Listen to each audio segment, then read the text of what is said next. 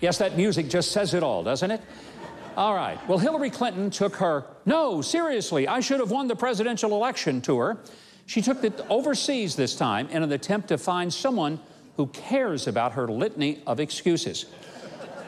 While visiting in Mumbai, India, she stated in an interview that President Trump was victorious because, and I quote, Southern men told their wives and daughters who to vote for, and they dutifully obeyed, end quote. Well, I'm pretty sure that that's dumber than trying to sell George Jones albums at a hip-hop concert. But I can attest to what it's like to tell a Southern woman how to vote. I tried that one time with my own wife. I thought I'd tell her who she ought to vote for. Well, let me tell you how that turned out. I didn't see my wife for 2 weeks. After that, the swelling went down and I could kind of peek out and then I could see again.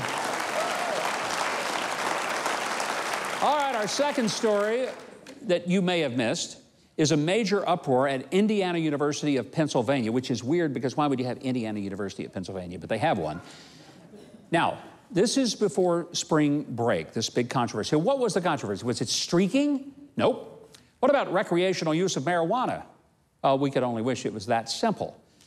It was because Lake Ingle, who was a senior student majoring in religious studies, got thrown out of a class on Christianity taught by IUP professor Allison Downey for referencing a biological fact. You see, after watching a video of a transgender minister speaking on mansplaining, that's got to be one of my favorite words, mansplaining. That's just when a man talks.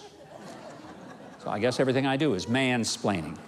Or sexism from men and male privilege, and he was politely waiting for female students to speak first when invited by Professor Downey. Lake Ingle, the student, noted the official view of biologists is that there are only 2 genders. Now, did you get that, folks? Lake Ingle is currently barred from attending Professor Downey's Christianity class because he made a scientific reference in a religion class. Do any of you recall the good old days when atheists made scientific statements in religion classes and they were declared brilliant truth tellers? Well, Lake Ingle's objections to his dismissal led to a letter from IUP Provost Dr. Timothy Moreland that stated, and I quote, "You are barred from attending this class in accordance with the classroom disruption policy," end quote. Get this, Ingle is required to write an apology to the professor addressing his disrespectful behaviors that have significantly damaged the learning environment of this course. What was it that rocked Professor Allison Downey's world? The biological fact that people are born either male or female. I am not making this up. I do not understand why, on one hand, we're supposed to let 16-year-old kids make public policy decisions on school security of the Second Amendment, but we're supposed to believe that they don't even know if they are a boy or a girl. That seems weird. And finally this week, in case you missed it, while Americans wrestle with the news of plastic water bottles leaving microparticles inside our bodies when we hydrate, we actually have a Russia story that's worth talking about, but one that Congressman Adam Schiff probably won't investigate. Russians are struggling with bars of gold falling out of airplanes. In the city of Yakutsk, the door of a cargo plane carrying precious metals accidentally flew open upon takeoff, scattering over 3 tons of gold on the runway.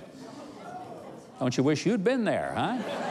Well, the plane was also reportedly carrying diamonds that did not fall out, proving that diamonds are not just a girl's best friend.